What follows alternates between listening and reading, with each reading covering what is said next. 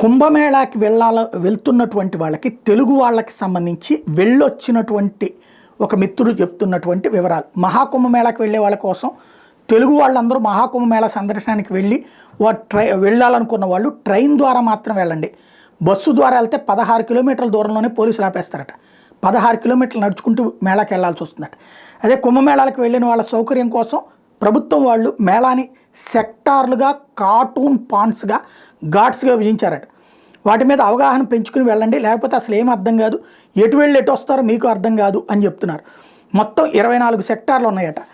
16 నుంచి 17 cartoon Pond's ఉంటాయంట. అంటే నదికి మధ్యలో బ్రిడ్జిలు నిర్మించారు, వాటినే కార్టూన్ పాండ్స్ అంటున్నారట.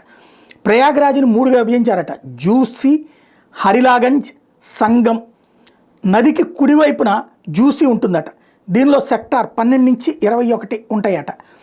అదే సందర్భంలో ఎక్కడైతే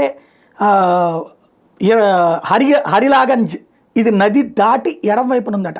దీనిలో సెక్టార్ 5, 11, 10, 9, 8, 7, 6, 18, 19 ఉంటాయట. ఇక ముఖ్యమైనది సంగం. దీనిలో ఇది మెయిన్ రోడ్డుకి దగ్గరలో ఉంటుంది. దీనిలో సెక్టార్ 3, 4 ఉన్నాయి.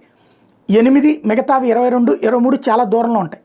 వసతి సదుపాయాలు చూస్తే సెక్టార్ 6లో టీటీడీ వాళ్ళు వెంకటేశ్వర స్వామి గుడి కట్టారు, తప్పకుండా చూడొచ్చు. అట్లాగే అక్కడ స్టే చేయనివ్వరు. స్వామివారికి బంగారు ఆభరణాలు ఉండటం వల్ల వాళ్ళు హై సెక్యూరిటీ పెట్టి ఎవరిని పడుకోనివ్వట్లేదు.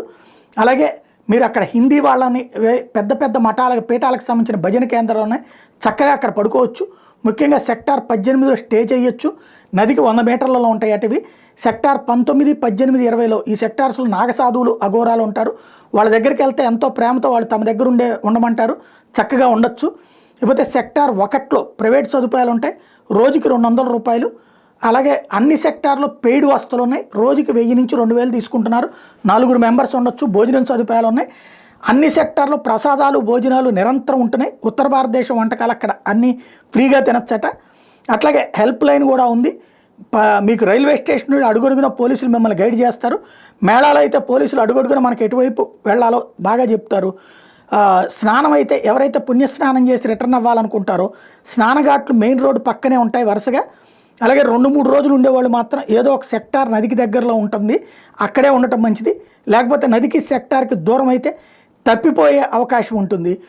అలాగే నాగసాధువులు, అఘోరాలు, అఖాడాలని చూడాలి, వాళ్ళు ఆశీర్వాదాలు తీసుకోవాలంటే సెక్టార్ 19, 18, 20లో ఉంటారు. చివరగా చెప్తున్న మాట ఏంటంటే ప్రతి ఒక్కళ్ళు తప్పక చేయవలసిన పవిత్ర అమృత స్నానం. ఫ్యామిలీతో వెళ్తే మాత్రం అక్కడ అన్నీ తెలుసుకుని వెళ్ళండి, లేకపోతే చాలా ఇబ్బంది పడతారు. ఒంటరిగా కంటే నలుగురుగా వెళ్తే చాలా మంచిది. ఎన్ని కోట్ల మంది వచ్చినా సరిపోయేంత విశాల ప్రాంతం ప్రయాగరాజ్ అని చెప్తున్నారు.